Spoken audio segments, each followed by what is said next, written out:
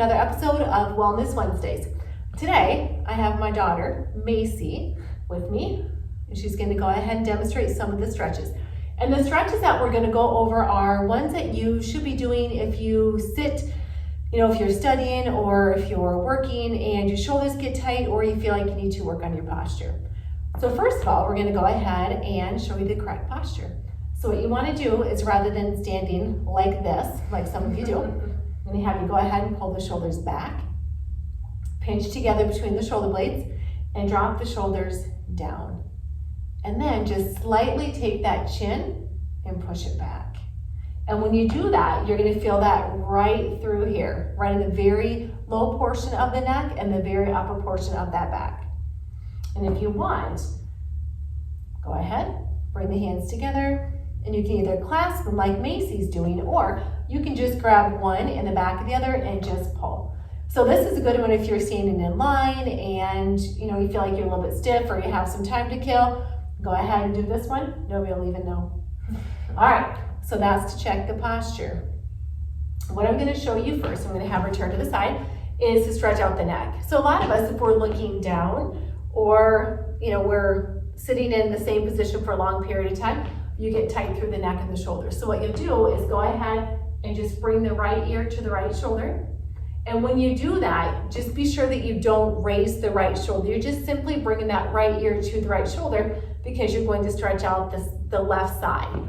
So if you want to, you can take that left hand, slide it down your leg just a little bit. That's not necessary, but if you do, it gets you just a little bit better stretch. So you'll hold that for at least 30, 60, or 90 seconds. All right? So before switching to the other side, come back to the center and do the same thing on the other side. And once you have that left ear to the left shoulder, take that right arm, drop it down just a bit. Again, hold that for 30 to 90 seconds. Next, turn to the side. Go ahead and look up. And just let that head drop back very comfortably. Don't force it. So what that's going to do is stretch out the front part of your chest. All right, and then you go ahead and do the opposite. Drop that down. And feel that stretch right through the top of that back. All right, so next, I'm going to go ahead and stretch out that shoulder, pull it across. And what she's doing here with that right arm, she's just cradling that left arm. It's not necessary, but it makes it more comfortable. And when you're comfortable into the stretch, you're going to hold it a little bit longer. So again, 30, 60, 90 seconds, switch. So cradle that arm first, and then pull it toward the body just a bit. Kind of cradle that right arm and that left. Okay. All right. So next, we're going to go ahead, bring the fingers together behind the back. And what she's done, you can tell that she's clasped her hands. That's not necessary. It's just a little bit easier to keep them locked together. All right. She's going to raise her arms as high as she comfortably can, but you notice that she's not going to let her chest go forward.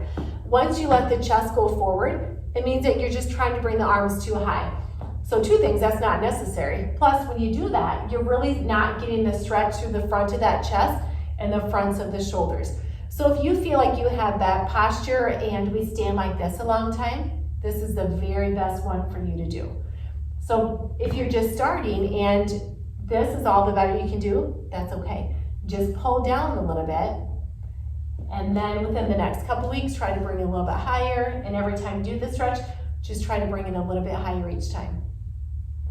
Okay? And Macy's going to show you something that's a little bit more aggressive that we wouldn't recommend unless you've been doing this for a long time.